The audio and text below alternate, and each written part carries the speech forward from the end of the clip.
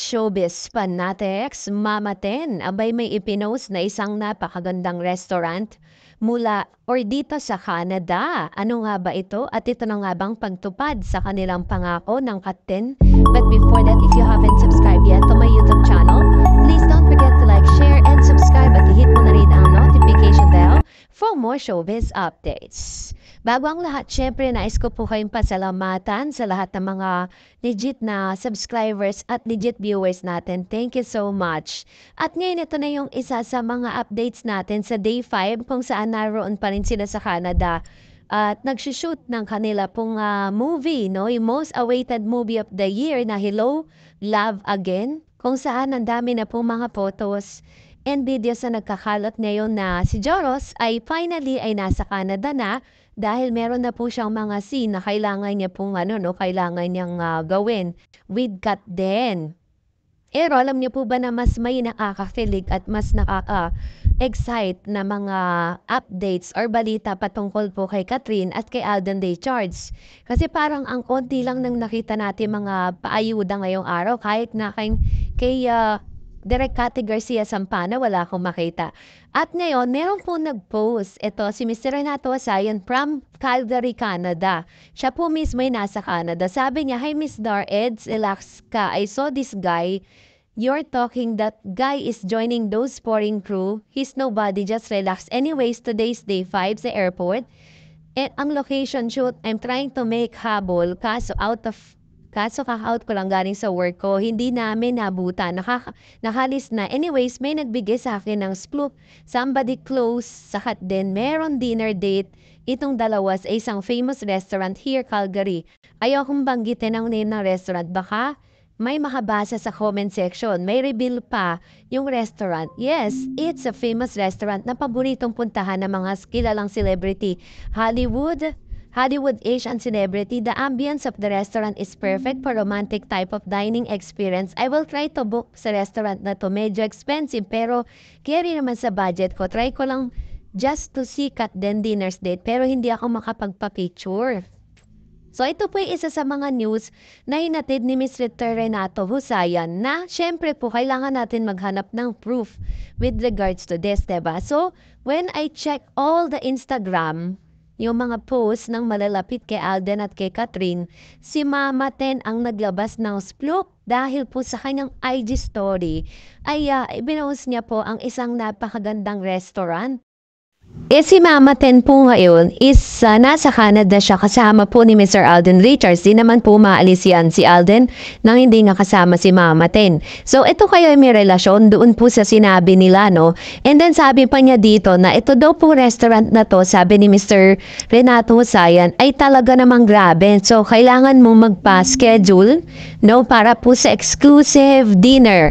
So, ito na kaya yung sinasabi ni Alden Richards kasi I remember sa isang interview niya sa 24 Oras, no? Sinabi niya po doon, ipapakita ko sa inyo yung kanyang interview with that matter para po talagang maunawaan ninyo. Kasi isa sa mga talagang binibida ni Mr. Alden Richards, plan po talaga nilang dalawa na magkaroon ng food trip. Sabi pa ni Mr. Renato, "By the way, it's authentic French food dining experience and siniserve sa restaurant. No wonder dinadayo ng mga celebrity to place na to and expensive na foods dito. And it serves 7-course menu. Bigla tuloy akong napaisip kung magbubuk o hindi. Haha." So, ibig sabihin, very expensive po to. At alam naman natin na kayang-kaya ni Alden at ni Miss Catherine Bernardo pumunta sa mga ganyang klase ng restaurant, ano. Hindi na po tayo magtataka kung sabi nga ni Mr. Alden doon talagang yun ang gusto nila. Panoorin natin to. Restaurants na parang gusto kaming i-try and at the same time of course, maganda kasi doon sa area na yun. So, syempre, on our free days, food trip, masarap kumain. Yan ang ilan sa mga interview ni Mr. Alden Richards sa 24 Oras kung saan sinabi niya at kinumpirma niya na isa sa pinag-usapan nila ni Miss Catherine Bernardo na magkakaroon sila ng food trip sa mga restaurant kasi talagang masasabi mo na marami daw di umano katulad na sinabi ni Mr. Renato na nakatira ngayon sa Canada na marami talaga mga exclusive na mga restaurant na masasarap daw dyan. At the same time, ngayon palang araw na to is yung ika-5 taon, parang anniversary ng Hello Love Goodbye kung saan ika-5 taon na po, ito eksaktong araw ng July 31st So, 31st ngayon, diba? July 31, ito po yung 5th year ng Hello Love Goodbye. So this is gonna be the exact time para sila mag-celebrate.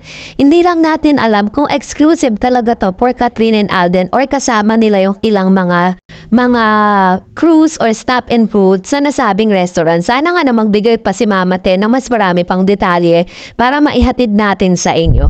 So, dahil dyan, narito naman ang ilan sa mga komento at reaction naman po ninyo patungkol naman sa ating latest update. Magbasa po tayo. Unahin po natin ang komento na nanggaling po kay sa isang user. Hayaan nyo na mga personal nilang buhay. At the end of the day, sila pa rin ang masusunod kung anong gusto nila sa buhay nila.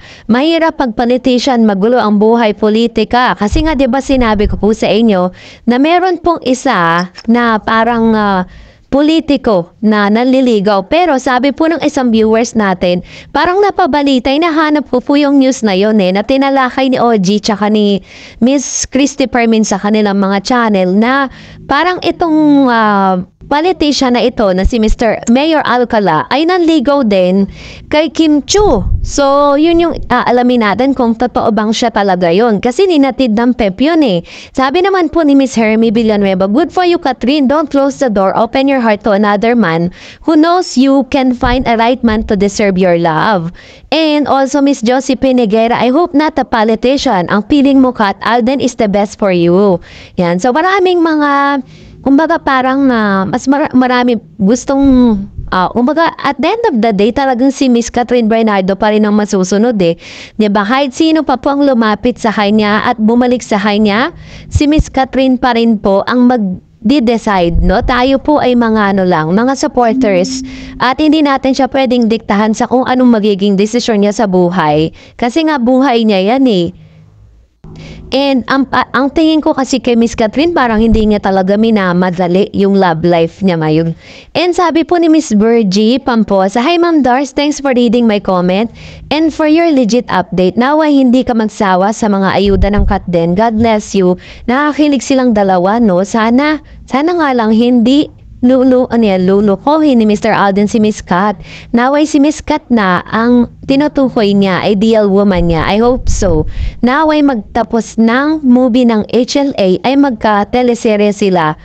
Gusto sanang gayahin yung story ng Stairway to Heaven. Bagay kasi kay Miss Kat and Mr. Alden yung pep na yan. Super fake news at mapanira. Gagawin talaga ang paninira sa Katden. Love team kasi sila, the best love team at lalo na kay Miss Kat. Kung ano ang pamimintas sa kanya, kaya kaysa sa kang daw, grabe paglokohin si Mr. Alden si Miss Kat. Isa ako sa iiyak, Miss Kat. Anyway, God bless. And also, another comments, marami kasing hindi nagpa-fact check bago kumuda. Yung mga bashers dapat isa-isahin yung account para maipablock niyaan. Hindi nakakatulong sa misira pa ng buhay. Ayun. Si marami nga naman talaga na parang, alam niyo naman po ang social media ganyan talaga eh. Kumbaga parang hindi ka muna mag-investigate, 'di ba? Para po talaga maging makatotohanan. Kaya po nandito tayo just to give you a legit updates at maitama natin yung mga fabricated news about sa mga kumakalat na yan. And I'm sorry, so sabi naman ni Miss Amelita Nodalo, I'm super duper happy, Mr. Renato. Salamat po sa update mo. Thanks din sa'yo, Miss Dor.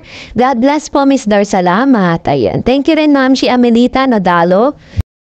And that's it for today. For more videos and updates, please don't forget to like and subscribe. And please don't forget to follow my Facebook page, Dar Eds TV. God bless everyone!